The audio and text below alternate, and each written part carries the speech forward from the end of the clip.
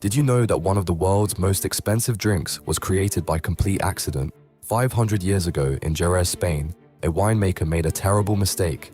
But this mistake created sherry, liquid gold that now sells for $30,000 per bottle. The secret lies in something called the Solera system. Picture this, barrels stacked in giant pyramids, with wine flowing down from top to bottom like a waterfall.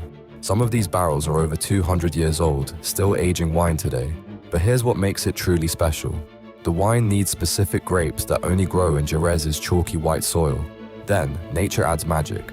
A wild yeast called flor creates a protective blanket over the wine as it ages. Master sherry makers spend decades training their noses to smell the difference between thousands of barrels. They can tell just by scent which barrel will produce the rarest Palo Cortado sherry.